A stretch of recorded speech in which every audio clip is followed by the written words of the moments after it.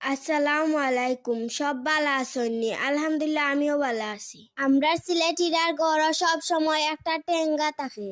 আজকে আমিও রান্ধিমু বড়ই দি টেঙ্গা। লাল লাল সাইয়া কতটি বড়ই লই লিলাম টেঙ্গা রান্নার লাগি।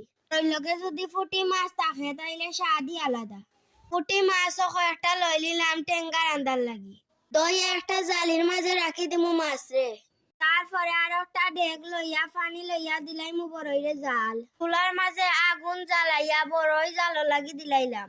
পুরিয়া বড়ইরে দিমু বেশ করি জাল। সিদ্ধ হয়ে যাব জলদি। সিদ্ধ হয়ে গেল চুলা থাকি নামাই লিমু। আর একটা বাটির মাঝে মশলা লইমু। দিলাইলাম লবণ, হলদের গুঁড়াও দিলাইলাম, সামান্য দিলাইমু মরচর গুঁড়া, পরে দিলাইমু বাখরর গুঁড়া।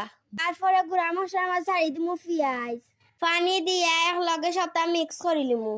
আগুন ধরাইয়া বিসমিল্লাহ কইয়া বসাই লিলাম ডেক। ডেক গরম হয়ে গেলে দিলাইমু তেল, পরে সারি দিলাম ফিসা রসুন। রসুন যখন চামচ দিলারিয়া সারিয়া লাল করমু। রসুন যত লাল হইব টেঙ্গার তত গেরান বার হইব। পরে সারিলিমু বাটির মশলা, তুরা লাড়া সারা দিয়া পানি দিলাইমু। মশলা কষি গেলে দিলাইমু জাল দেওয়া বড়ই। বড়ই দিয়া আরো একটু জাল দিমু। দিলাইমু বাদে ফুটি মাছ। মাছরে একটু জাল দিয়া দিলাইমু ডেক বরিয়া শিরা। উতরাই গেলে বাখর পাতা দিয়া চুলা থাকি নামাই লিমু।